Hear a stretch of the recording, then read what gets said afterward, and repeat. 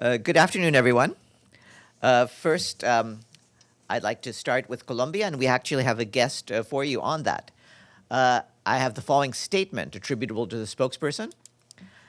The Secretary General is saddened by reports that more than 160 people have lost their lives, with many others injured, following the 7.4 magnitude earthquake that struck Colombia yesterday.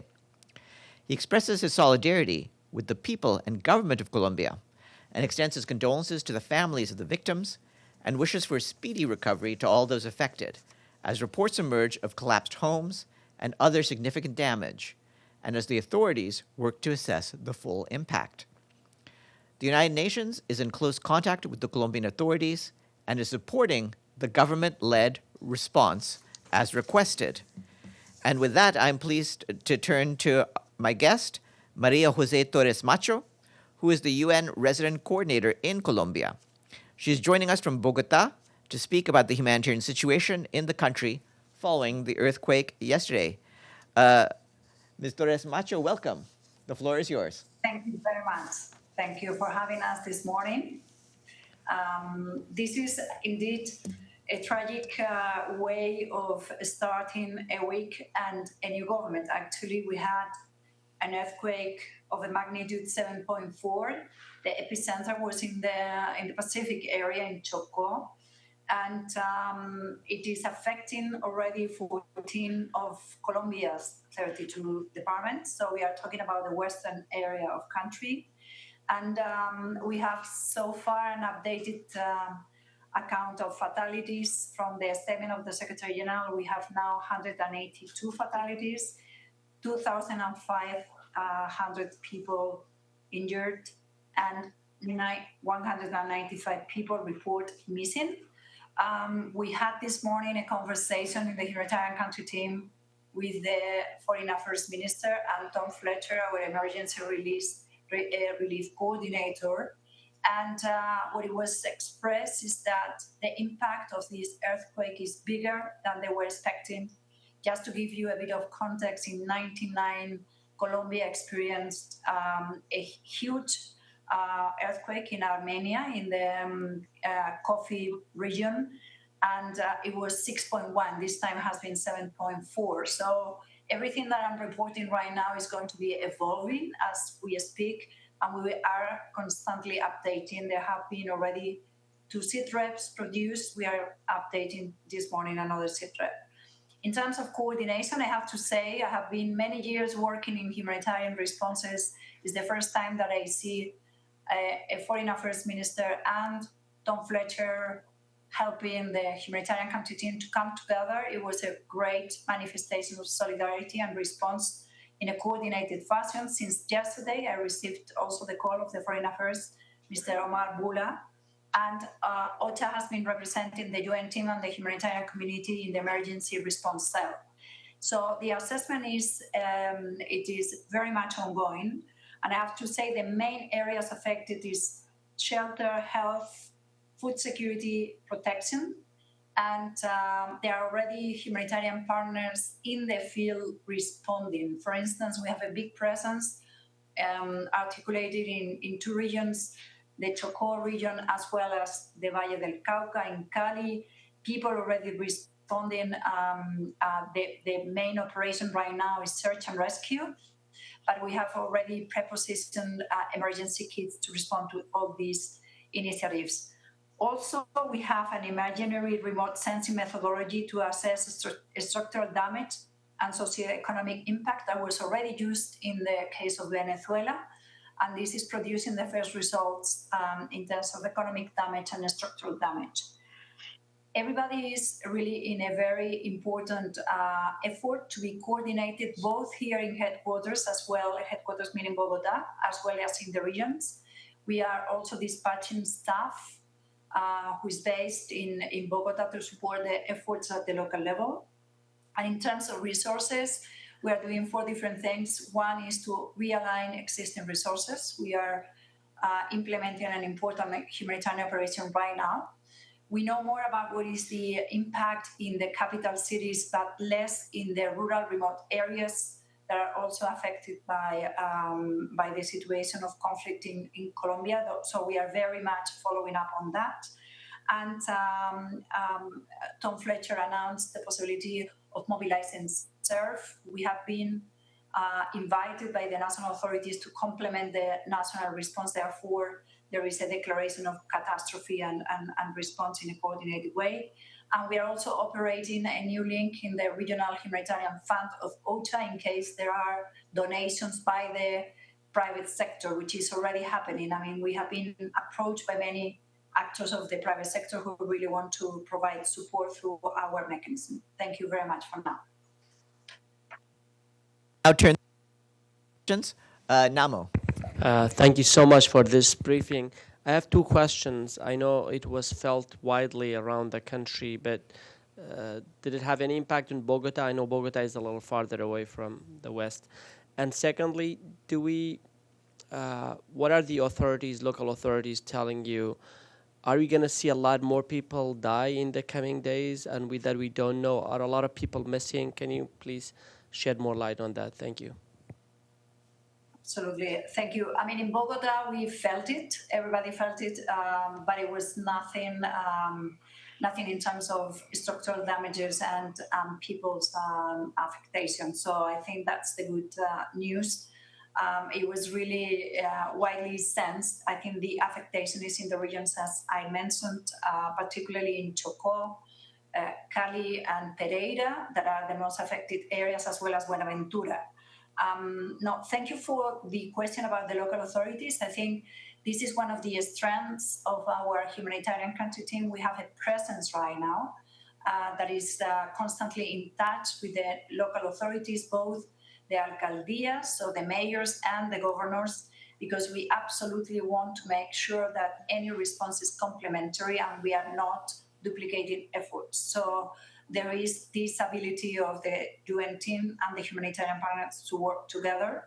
It's important to note that in Colombia, in addition to the humanitarian team, we also have a verification mission of the United Nations that has presence in these very areas, and we are extremely well coordinated with the SRSD and his team.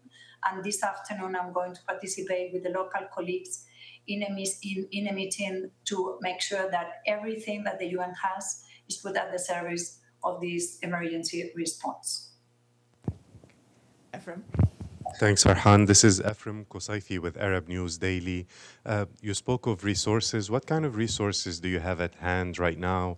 What are people in need of, mostly those who are affected by the earthquake? And what is it that you would need in terms of funding and additional resources?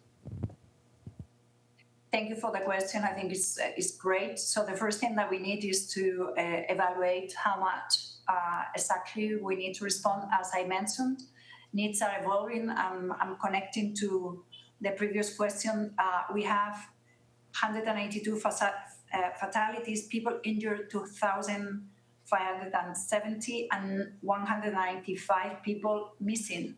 But we don't know exactly what is the impact in the rural, remote areas. So we are actually, there is a big effort by the humanitarian team to complement the initial assessment by the national authorities. So there might be much more to report and to respond to. In terms of the priorities, temporary shelter, many people lost their homes, including some people working for the UN, food security, and protection. We are very much discussing the situation of children and women that are particularly in areas that are extremely vulnerable. And this is the areas that have been most affected. So this is what exactly we are going to focus first. And focus first means realigning existing resources. So we have already a lot of capacities existing locally. For instance, the whole medical response is being coordinated with the Ministry of Health. This is something already ongoing and very important. This morning we had the Spanish cooperation and the US attending our humanitarian country team. Both are very attentively supporting the UN team. And in terms of mobilizing SURF, I think we are going to have data in terms of how much better organized by the end of the week as the situation is evolving, as I was mentioning. One more quick one one, more. please. What about the situation of women there now, especially pregnant women? Let's say we know this is a part of the population that gets most affected when some disaster of this magnitude happens. Are there any services tailored to them? Is UNFPA there on the ground? Are there any other local agencies that take care of vulnerable population like that? Thanks. Excellent question. Thank you for that. Actually, this is one of the lessons learned from Venezuela that was presented this morning. The importance of taking into account the issue of pregnant women and small children. Indeed, UNFPA and UN Women are both members and very active and present in the areas. So we are very quickly coordinating with other partners, including WHO, that is also deploying and supporting staff on the ground to take into account this very issue. And also partners from the international community were discussing this morning the possibility of activating mobile units to be able not just to attend pregnant women and small children in the local area, in the capital cities, but also go to the most remote areas. UNICEF, by the way, is also a big partner of this country team and also taking into account this issue. Thank you for the question. Thanks. Howard? Yes, Howard LaFranchi with the Christian Science Monitor. Thank you so much for doing this. A couple of questions. One, when you put an emphasis on realigning resources, and I'm interested in specifically what that means for UN resources. And also, you referred a couple of times to the tragic earthquake in Venezuela. And very early on, there were reports out of Venezuela with local people saying they felt like no one was coming around; they were on their own.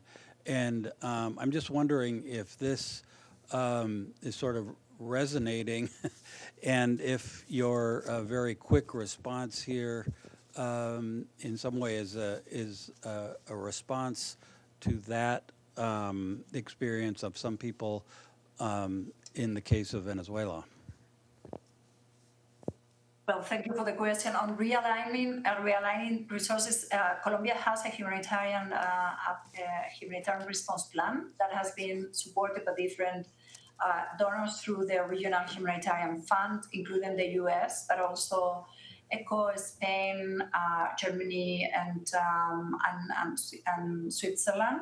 So we have those resources. And for instance, this morning, the colleagues were speaking about kits, emergency kits that have to do with wars, shelter, some kits that are related to protection. And therefore, what we are doing is using those that are already in storage to bring it very quickly to the areas. We have the capacity of warehouses that are operated by WFP, but at the service of the entire humanitarian community. And this is what I'm talking about when I'm speaking about realignment. Not everything we are going to be able to do within existing resources. This is the reason why, upon the request of the national authorities, formal request, the ERC has authorized the possibility of mobilizing SERF that may go into areas that are very critical, such as protection, such as education in emergency, SDVV, protection of, as the colleague was asking, women in general that are maybe out of job and having a family, but also are pregnant. So this is the type of things that we are talking. And I can confirm that we are receiving lessons learned from Venezuela, but I think the quick reaction of this team in Colombia in particularly has to do with two factors. First, that the state of Colombia, having, even in the middle of this disaster, having a new government, all the institutions have worked, and our ability to be working with them has not been affected by the change of government. On the contrary, we were called upon immediately to be part of the response. So, and the second thing is that we have a presence in the ground. Therefore, our ability to be there, present with the people, I think has increased exponentially. The area that we are less present is the Eje Cafetero, like the coffee area, Pereira, and we are sending immediately a colleague to support coordination there. Okay, I think that is it for questions as far as I can see. So I'd like once more to thank our guest, Maria Jose Torres Macho, the resident coordinator in Colombia. Thanks very much for your extremely quick and timely briefing to us, and good luck in the days ahead. Thank you. Thank you very much. We'll continue to update. Thank you for having us. Thanks. Have a good day. You too. Thanks. Bye-bye. And I have a few further details on Colombia for you. In addition to what the resident coordinator said, the Office for the Coordination of Humanitarian Affairs says assessments continue, and authorities report thousands of injuries, and the death toll continues to rise. Initial reports indicate that 12 departments have been impacted by the earthquake, with thousands of homes damaged and hundreds destroyed. Health and education facilities, as well as roads and airports, have also been impacted. The government is leading and coordinating the response, and shelter, food, safe drinking water, and healthcare are among the most urgent needs, as the resident coordinator also pointed out. For its part, the World Food Programme is closely monitoring the situation and remains in contact with national authorities and humanitarian partners as assessments continue. Following the government of Colombia's request for international assistance, WFP has started mobilizing support and stands ready to assist impacted populations with food assistance and cash-based response mechanisms. WFP notes that approximately close to 4,500 metric tons of food are available through pre-positioned stocks in Colombia, located close enough to affected areas to enable a rapid response if needed, with additional supplies available through WFP's regional and global supply networks. Ramiz Al-Akbarov, the Deputy Special Coordinator for the Middle East Peace Process, warned the Security Council today that while the fragile ceasefire in Gaza and regional tensions consume much of the international community's attention, the West Bank is at the breaking point. He said that settler violence has reached unprecedented levels. So far this year, the UN has documented more than 1,430 incidents involving Israeli settlers that resulted in casualties, property damage, or both, affecting approximately 260 Palestinian communities. Many incidents occurred in the presence of Israeli forces. The pattern is clear, Mr. Al-Akbarov said. Palestinian populations are increasingly being forcibly displaced from villages across the West Bank before settlers seize the vacated land. He said that the situation in the West Bank must be treated as an emergency, requiring urgent action. The concern is not only the continued expansion of settlements, but the speed and systematic manner in which new facts are being created on the ground. He added that these are interconnected steps, not isolated developments. They are reshaping the West Bank, weakening Palestinian governance, and advancing de facto annexation.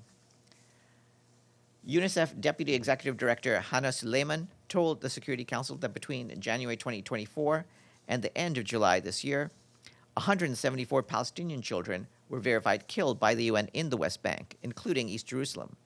That is more than one child every week. More than 1,500 were injured. Nearly half of those injured were wounded by live ammunition. Over the same period, she said, 3 Israeli children were killed and 15 injured.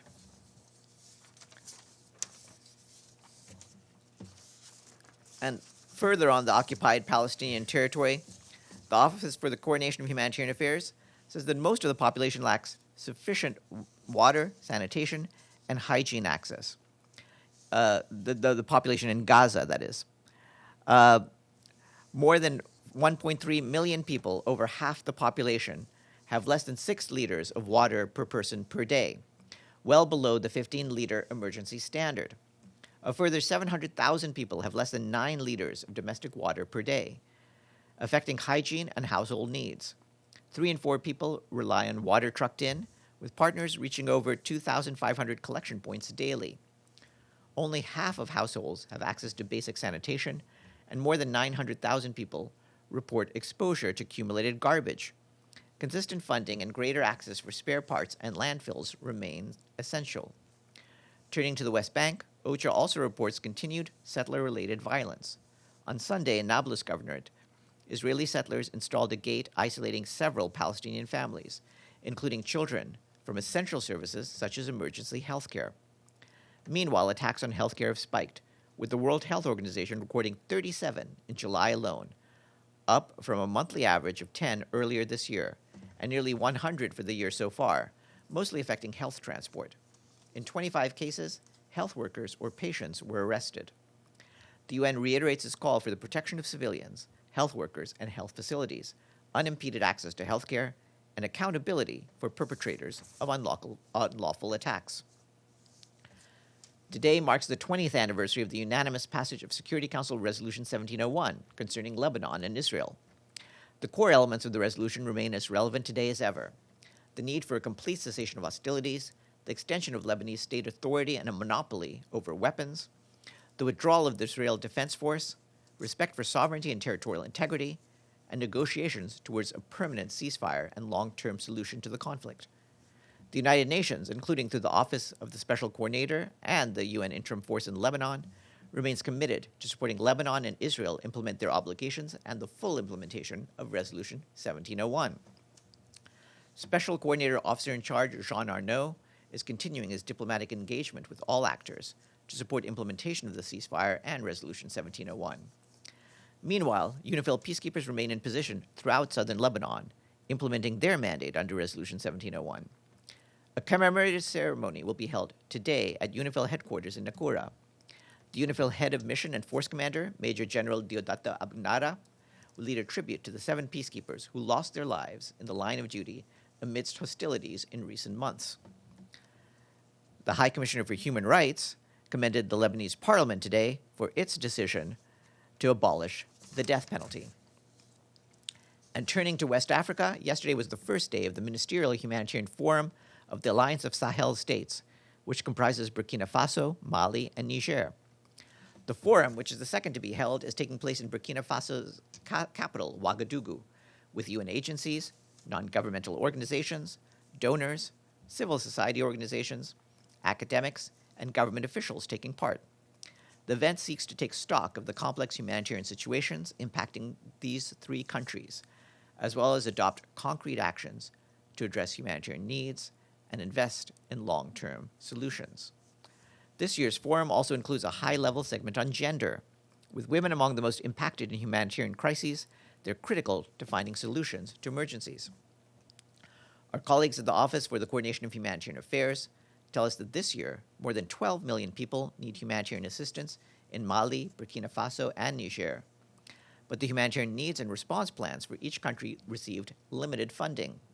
Violence and insecurity restrict humanitarian access, while food insecurity, disease outbreaks, and climate shocks continue to drive the protracted humanitarian crises in the 3 countries. The $658 million plan for Burkina Faso is 28% funded, while the $578 million plan for Mali is 20% funded, and the $675 million plan for Niger is just 16% funded.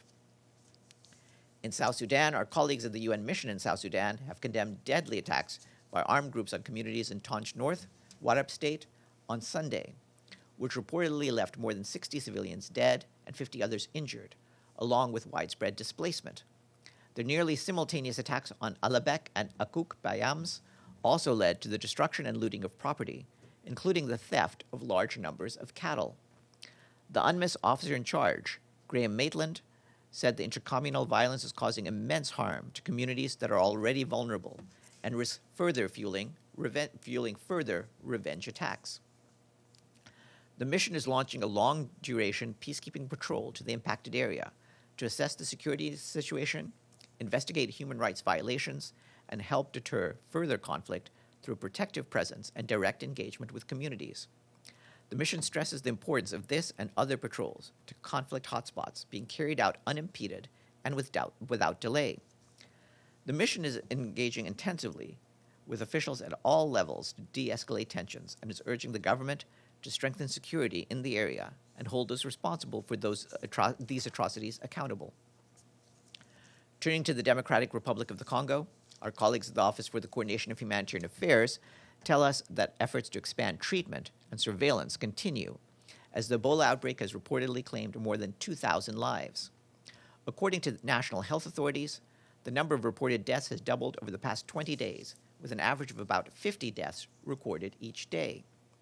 The World Health Organization reports that between 60 and 70% of Ebola-related deaths occur in communities, with many patients reaching health facilities too late or unable to access care in time. We, along with our partners, continue to support the response, but our work is hindered by insecurity. OCHA tells us that according to local sources, at least 13 civilians were killed, several others were abducted, and homes were burned during an attack on August 7th in the village of Bananakul in Ituri. More than 28,000 people fled their homes towards Mombasa Center, where 36,000 people are already seeking shelter since April. OCHA and our partners continue to support the authorities and assess needs in impacted areas. We reiterate our call on all parties to the conflict to protect civilians and facilitate safe and sustained humanitarian access to communities impacted by both violence and the outbreak. Turning to Myanmar, the Independent Investigative Mechanism released its annual report today, showing a pattern of deliberate attacks on civilians by the Myanmar military. These include aerial strikes on homes, schools, medical facilities, and camps, as well as arbitrary detention, torture, and sexual violence, which escalated ahead of January's elections and has continued since then. The mechanism is also investigating alleged atrocities involving armed groups opposed to the military. The report, covering July 2025 to June 2026, says the military's growing use of paramotors and drones has made attacks harder for civilians to detect or flee, and that some responsible units have been identified. It also documents detentions under 2025 law criminalizing election criticism, under which numerous individuals have been arrested and now face up to 20 years imprisonment or the death penalty for activities such as posting critical comments on social media. Further information is available online. The Secretary General announced today the appointment of Major General Javed Ahmed of Pakistan as the new force commander for the United Nations mission for the referendum in Western Sahara. Major General Ahmed succeeds Major General Muhammad Fakhrul Hasan of Bangladesh, who completed his assignment on the 2nd of August 2026. The Secretary General is grateful to Major General Hasan for his exemplary service and leadership of NURSO. Major General Ahmed brings to this position over 35 years of leadership and operational experience in the Pakistani Army and United Nations peacekeeping. He served as Director General in the Ministry of Defense in Rawalpindi, overseeing command and control, local governance, and administration of all cantonment areas nationwide, comprising over 5.3 million citizens. Prior to this, he was the General Officer commanding of an infantry division, Director General of the Inspection and Evaluation Directorate at General Headquarters, and Force Commander, Northern Areas. More information online. I just want to flag that today is World Steel Pan Day.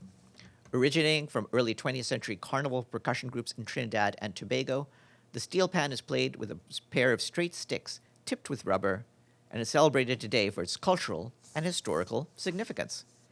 And last, we would like to say thank you to our friends in Pyongyang and Male for their full payments to the regular budget.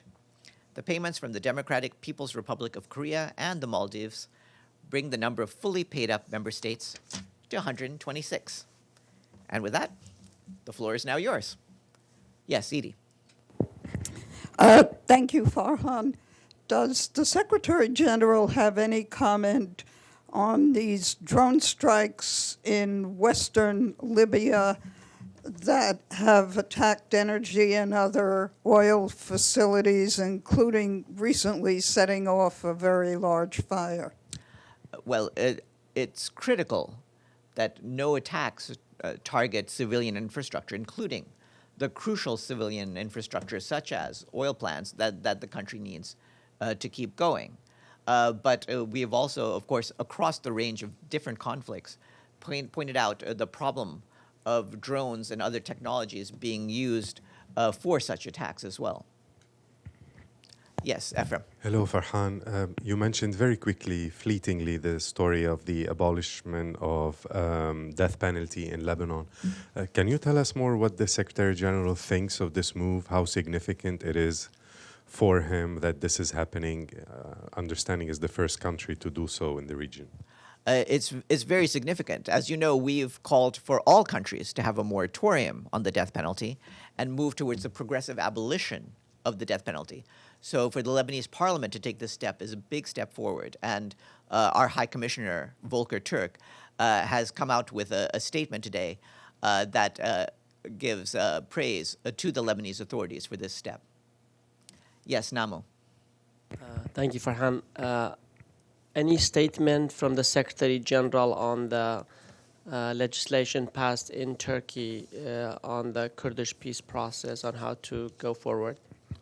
We're studying this as this progresses, but obviously we encourage all steps by the government of Turkey to forge ahead on peace with Kurdish groups, including with the PKK. Yes, Ephraim. Okay, one more, Farhan, on the sentencing to death in absentia for war crimes of the former Syrian president Bashar Assad. Any comment on that? Well, yes, we certainly take note of the decision. And what I can tell you is that addressing long-standing demands for justice, accountability, and truth can contribute to restoring confidence in institutions and laying the foundations for healing, national reconciliation, and sustainable peace. We recalled the General Assembly's call to establish a moratorium on executions with a view to abolishing the death penalty. And we encouraged the Syrian authorities to pursue accountability through a victim-centered transitional justice process that upholds human rights and the rule of law, strengthens national institutions, and contributes to national unity and sustainable peace. And the United Nations is committed to supporting transitional justice efforts in Syria in line with relevant mandates and in accordance with the applicable legal frameworks. Yes, in the back. Oh, you've asked? Okay. Okay, then Edie, you have the next question. Oh, she says.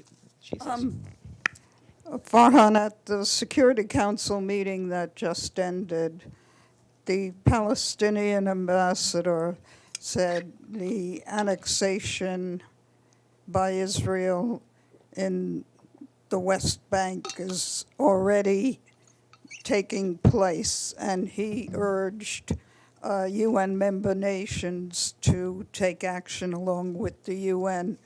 What is the Secretary General's specific reaction to this claim? Well, you'll have heard what Ramiz Al-Akbarov had to say, and I mentioned it at the start of this briefing, that he is extremely concerned about the seizure of territory in the West Bank.